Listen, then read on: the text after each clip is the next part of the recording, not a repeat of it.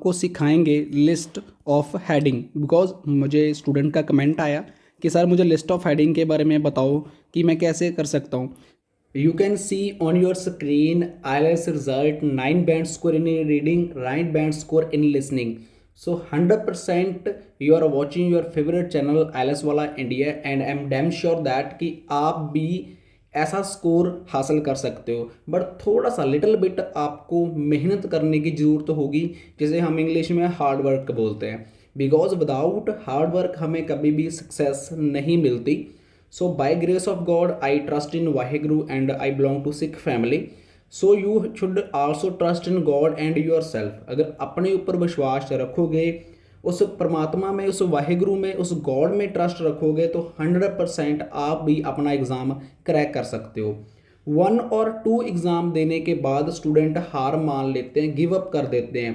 But according to time हमें सब कुछ टाइम टू टाइम ही हमें मिलता है, चाहे हम बचपन में एज में थे या यंग एज में है, चाहे in the future old age में जाएंगे। So you can see on your screen IELTS result plus material जो हम PDF प्रोवाइड करवाते हैं। PDF में से हमें क्या कुछ देखने को मिलता है ये मैं नहीं कह रहा, स्टूडेंट खुद विद स्क्रीनशॉट शेयर कर रहे हैं अपने रिजल्ट का। तो आप भी 100% रिजल्ट ऐसा लेकर आ सकते हो। किसी को मटेरियल चाहिए 20 रीडिंग तक हम सब कुछ प्रोवाइड करवाते हैं, लिसनिंग, रीडिंग, राइटिंग, स्पीकिंग। तो आप मुझे व्हाट्सएप के ऊपर मैसेज करके इसको बाय कर सकते हो। स्पेशल वो स्टूडेंट जो घर पे बैठकर स्टडी कर रहे हैं और अपना एग्ज़ाम क्रैक करना चाहते हैं। 100% free of cost classes daily हम देते हैं। तो यू कैन ज्वाइन IELTS वाला इंडिया चैनल। नोटिफिकेशन उन्हीं को मिलेगा जो सब्सक्राइब करेगा। फ्री क्लासेस हैं, सो must subscribe this channel, drop me message on WhatsApp. ये जो हमारी क्लास टुडे होने वाली है, ये होने वाली है रीडिंग के ऊपर। और रीडिंग में आज हम आपको सिखाएंगे लिस्ट ऑफ हेडिंग। बिकॉज मुझे स्टूडेंट का कमेंट आया कि सर मुझे लिस्ट ऑफ हेडिंग के बारे में बताओ कि मैं कैसे कर सकता हूँ। यकीन मानिए, अगर आप घर पर बैठे हो, घर पर बैठकर भी आप 9 बैंड स्कोर तक अपने रीडिंग मॉड्यूल में ले सकते हो।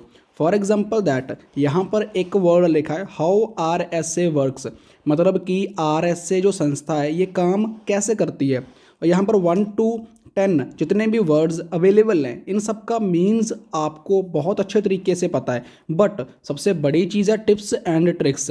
मैं आपको डेली क्लासेस देता हूँ, डेली इन्फॉर्मेशन देता हूँ IELTS के बारे में। और इन दिस वीडियो आप घर पर बैठे हो तो 6.5 बैंड स्कोर आराम से रीडिंग में ले सकते हो। बिकॉज रीडिंग एक ऐसा मॉड्यूल है, प्लस लिसनिंग एक ऐसा मॉड्यूल है जिसमें 9 स्कोर तक भी किया जा सकता है। बट मैंने रिसेंटली आपको बताया कि हमें किस चीज़ की ज़रूरत पड़ती है। ज़रूरत पड़ती है हमें टिप्स की प्लस ट्रिक्स की। मैं आपको सिखाऊंगा इसमें। और इसमें जो हम क्वेश्चन फाइंड करेंगे, मैं जो क्वेश्चन के टिप्स एंड ट्रिक्स बताऊंगा 27, 28, 29 एंड 30, ये 2 क्वेश्चन के आंसर आपने फाइंड कर मुझे कमेंट में बताने हैं। और देन मैं आपको वहीं पर बताऊंगा कि आपका आंसर राइट है या फिर आपका आंसर रॉन्ग है। चलो टाइम वेस्ट नहीं करते, हम स्टार्ट करते हैं। लिस्ट ऑफ हेडिंग का काफ़ी यूट्यूबर्स का, काफ़ी इंस्टीट्यूट्स में, काफ़ी जगह पर ये मानना है कि अगर हम पैराग्राफ के फर्स्ट 2 लाइन्स को रीड करते हैं, जहाँ पर भी ये ख़त्म होती है line, first 2 lines and last 2 lines अगर हम रीड करते हैं तो हमें हमारा जो आंसर है वो जल्दी मिल जाता है। काफ़ी लोगों का ये मानना है। बट यहाँ पर 1 क्वेश्चन है जो सॉल्व आउट हो चुका है। अभी देखा जाए, जैसे कि यहाँ पर ए पैराग्राफ का जो क्वेश्चन है वो सॉल्व आउट हो चुका है। और उसमें क्या लगाया गया है, उसमें जो आया गया third, a brief history of keeping things safe, कि जो हिस्ट्री है जो ब्रीफ करती है, जो कीपिंग थिंग्स सेफ, कि जो चीज़ों को है वो सेफ रखा जाता था। मतलब कि हिस्ट्री बयान करती है कि चीज़ों को, थिंग्स, काफ़ी चीज़ों को क्या रखा जाता था, सेफ रखा जाता था। ये पैराग्राफ ए में बात कर रहा है, इसका आंसर क्या है, थर्ड। चलो हम पहले इसको देखते हैं भी ऐसा उसने क्यों बोला। बिकॉज पैराग्राफ काफ़ी बड़ा है। देन हम इसकी लाइंस को रीड करने का ट्राई करते हैं। तो up until very recently people wealth, मतलब कि अप रिसेंटली जो काफ़ी लोग अमीर थे, mostly coins and jewels. Jewels means की ज्वेलरी, जो हीरे जावरात जिसे बोलते हैं उसे ज्वेल्स बोला जाता है। Mostly coin and jewels was kept safe under lock and की, कि उसको लॉक अंडर के अंदर रखा जाता था की के ज़रिए। रिच मेडिवल फैमिलीज, जो काफ़ी ज़्यादा रिच मेडिवल, जो जिसे बोलते हैं शाही खानदान हुआ करते थे, would keep a strong box, और काफ़ी ज़्यादा स्ट्रॉन्ग बॉक्स रखा करते थे विद ए लार्ज की, एक बड़ी सारी की के साथ। And next one is A both of which were carefully hidden in a different place, और उनको बहुत केयरफुली के साथ डिफरेंट प्लेसेस के ऊपर रखा जाता था। मतलब यहाँ से एक चीज़ क्लियर हो चुकी है कि इस पैराग्राफ में फर्स्ट 3 लाइंस में किसकी बात कर रहा है, एक सेफ थिंग्स की बात कर रहा है, सेफ उनको कैसे रखा जाता था। अब लास्ट 3 लाइन्स रीड करने की कोशिश करते हैं बिकॉज ये पैराग्राफ काफ़ी बड़ा है, that's why. While the message could be discovered in the meaning could not only be found, the key was also known, कि इसका जो मैसेज है डिस्कवर्ड किया जाता है कि जो कीज़ वगैरह थी उनको फाइंड करवा सकते थे। And so begin a long running battle between could maker who try to make better keys, कि उनको वहाँ पर एक बेटर मेकर फाइंड किए जाते थे, डिस्कवर्ड किए जाते थे कि सबसे कहते हैं ना कि सबसे हिडन, सबसे पावरफुल की कौन बना सकता है, मीन्स कि सबसे पावरफुल लॉकर कौन बना सकता है। Could breaks who sought way finding them, and उनको ढूंढा जाता था और उनके जरिए प्रॉब्लम को सॉल्व आउट करा जाता था। तो मीन्स कि साफ साफ यहाँ पर बात किसकी कर रहा है, सेफ की, भाई उनको सेफ कैसे रखा जाता था। तो उनको अब हम अपने साथ मैच करके देखते हैं, तो आप अपने तरीके से मुझे बताना कि आप कैसे करते हो। देखो कि इस पैराग्राफ में a new approach of system security, कि उसने थोड़ी सी बात करी कि सिक्योरिटी की बात करी कि कीज़ वगैरह फाइंड किए जाते थे, ये आने के चांस थे इसका answer. But medieval security system, ये सिस्टम की बात नहीं करी। आरसीए इफेक्टिव की बात नहीं करी। क्रिप्टोग्राफी द मॉडर्न की बात नहीं करी। इल्यूशन ऑफ सिक्योरिटी की बात नहीं करी। प्रूफ आरसीए इफेक्टिव की बात नहीं करी। न्यू मैथ मेडिवल मैथ की बात नहीं करी। A brief history of keeping things safe, इसकी बात जरूर कर रहा है हिस्ट्री को लेकर। How RCA work and codes की बात यहाँ पर नहीं करेगी। मीन्स की जो सबसे ज़्यादा चांस थे आने के वो किसके थे, एक्स के प्लस थर्ड के। बट यहाँ पर एक्स हमारा कैंसिल हो जाता है बिकॉज उसने न्यू अप्रोच की कहीं पर बात नहीं करी। ज़्यादातर बात किसकी कर रहा है, हिस्ट्री और सेफ थिंग्स की वो बात कर रहा है, जिसकी वजह से जो आंसर है वो थर्ड लगाया गया। अब हम बी में फाइंड करते हैं कि बी में क्या आया। टाइम बहुत ज़्यादा इंपॉर्टेंट है, आई नो दैट आप भी बोर हो सकते हो बट टाइम देना पड़ता है कुछ सीखना हो तो लाइफ में। हम बी पैराग्राफ फाइंड करेंगे, देन हम मैच करेंगे अपना आंसर। ये हमारा बी पैराग्राफ है। बी पैराग्राफ में क्या बात कर रहा है, now what is a cryptography. अभी हमें कीवर्ड मिल चुका है, कीवर्ड हमें अंडरलाइन कर लेना है। अंडरलाइन मैंने कर लिया पेंसिल के साथ। Is a central to how our money is kept secure, कि इसमें बताया कि कैसे हम अपने पैसे को सिक्योर रख सकते हैं। Even though may we not be aware of it, कि हम इसके बारे में ज़्यादा अवेयर नहीं है। Our money is no longer intangible from but the form information kept with our banks, कि जो हमारी इन्फॉर्मेशन वगैरह होती है वो किसके माध्यम से जुड़ जाती है, बैंक के माध्यम से। To keep everyone involve happy, कि सबको खुश रखने का एक ही तरीका है। The message inducted by our plastic card, जैसे हमारे पास आज डेट में प्लास्टिक कार्ड अवेलेबल है, तो ये एक मॉडर्न तकनीक है। प्लास्टिक कार्ड है हमारे पास, सेंड टू रिसीव्ड सेफली, कि हमें सेंड करने और इसको अपने पास रखना सेफली हम इंसिक्योर होते हैं बिकॉज इसका कोड हमारे पास होता है। जैसे लिखा उन्होंने लिखा है एंड लास्ट पे कि with high level of confidently and security, कि एक मॉडर्न टेक्नोलॉजी के अंदर की कार्ड्स वगैरह हमारे पास होंगे एंड कॉन्फिडेंटली हमें सिक्योरिटी अपनी तरफ से खुद इसको रख सकते हैं, मतलब इसको लॉक वगैरह लगाकर रख सकते हैं। तो आंसर फाइंड करने का बेस्ट वे ये होता है कि अब हमें फर्स्ट ऑफ ऑल कीवर्ड को मैच करना जरूरी होता है। तो देखा रहे हमारा कीवर्ड इसी के साथ मैच हो रहा है और यही हमारा आंसर है। बिकॉज ऑफ द मॉडर्न की फॉर द लॉक, कि उसने क्या कहा था कि मॉडर्न जो लॉक है, मॉडर्न की क्या है, लॉक लगाने की। अब हमारे पास मॉडर्न क्या है, हमारे पास हमारे क्रेडिट कार्ड हैं, हमारे पास प्लास्टिक के कार्ड हैं, जो कोड लगाने की, लॉक लगाने की एक मॉडर्न तकनीक है। इसके अलावा ये बात कहीं पर भी नहीं है। New approach of new security system एक अलग चीज़ है। सिक्योरिटी हम क्या कहते हैं कि जब हमें सिक्योरिटी रखनी पड़ती है, जैसे गार्ड वगैरह बोल देते हैं, उस जगह पर सिक्योरिटी काम आती है, बट लॉक के ऊपर हमें मॉडर्न के ऊपर काम आएगा। इसके अलावा ब्रीफ हिस्ट्री के बारे में बात नहीं कर रहा, ये तो चला ही गया है। आरएसए वर्क के बारे में बात नहीं कर रहा। कोड्स इन मॉडर्न लाइफ, अगर ये कोड्स फर्स्ट भी आ सकता था, codes in a modern life, की कोड जो है मॉडर्न लाइफ के अंदर रखे जाते हैं, बट न्यूमेरिकल कि इसका मतलब होता है कुछ जगह पर, कुछ हद तक, मतलब कीवर्ड मैंने पहले बताया बहुत ज़्यादा इंपॉर्टेंट है। कुछ हद तक कहता है कि कोड, बट कुछ हद की यहाँ पर बात नहीं करी गई, साफ साफ बात करी गई है क्रिप्टोग्राफी मॉडर्न की के बारे में, जिसकी वजह से हमारा आंसर 7 आया।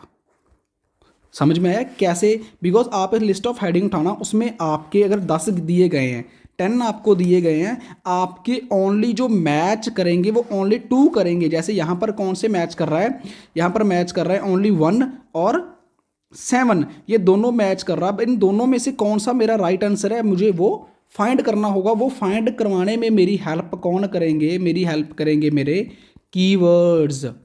समझ में आया? कीवर्ड मेरा क्या है, क्रिप्टोग्राफी यहाँ पर है न्यूमेरिकल, कि वो मेरा एक वो अलग दिशा को दर्शाता है, ये अलग वे के ऊपर काम करता है।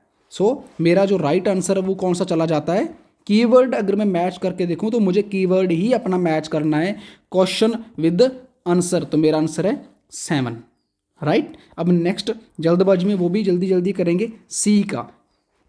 अब सी में किसके बारे में बात कर रहा है, सी भी कोई बड़ा पैराग्राफ तो नहीं है, तो इसको भी फाइंड करते हैं।